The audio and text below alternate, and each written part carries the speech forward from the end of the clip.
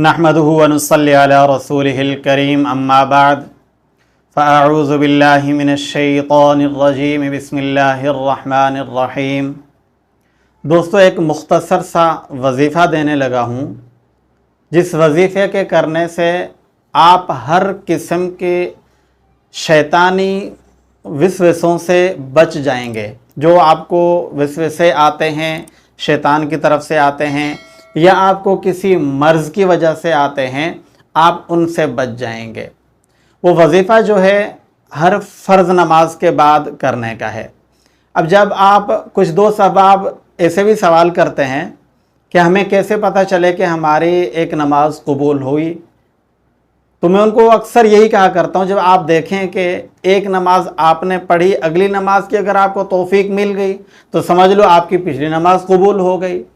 जब आप ये मुख्तसर अमल कर लेंगे तो आप शैतान के हर तरह के वार से भी बच जाएंगे और ज़हनी विसवसे से भी बच जाएंगे, ज़हनी खलफशार से भी आप बच जाएंगे, टेंशनों और मुसीबतों परेशानियों से भी आप बच जाएंगे। देखिए हदीस शरीफ में क्या आता है, जो फ़र्ज़ नमाज के बाद, फ़र्ज़ नमाज पढ़ते ही जो इंसान आयतल कुर्सी पढ़ता है, उसके और मौत के दरमियान, उसके और जन्नत के दरमियान सिर्फ मौत हाइल है।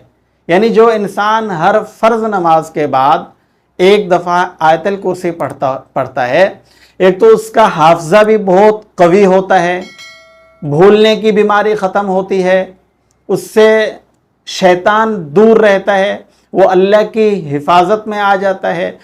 कम से कम देखें 5 नमाज़ें हैं, हर फ़र्ज़ नमाज के बाद जब आप पढ़ेंगे तो एक फ़र्ज़ नमाज से लेके दूसरी फ़र्ज़ नमाज तक आप हिफाजत में आ गए, फिर दूसरी फ़र्ज़ नमाज के बाद आपने आयतल कुर्सी पढ़ लिया, फिर आप हिफाजत में आ गए। तो इस आयतल कुर्सी को बाकी जिन्नात वगैरह जो हैं, हर किस्म का हिस्सार शयातीन जो हैं वो तोड़ देते हैं।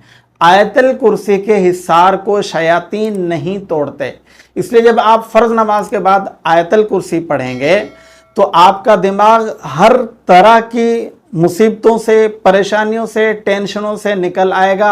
आपकी नमाज के अंदर आपको खुशू और खुजू भी नसीब होगा। तो इसलिए जिसको आयतल कुर्सी याद नहीं है, वो आयतल कुर्सी हर हाल में याद कर लें और हर फ़र्ज़ नमाज के बाद अपने ऊपर लाजिम कर लें कि किसी से बात करने से पहले आयतल कुर्सी ज़रूर पढ़ा करें। अस्सलामु अलैकुम व रहमतुल्लाहि व बरकातुहू।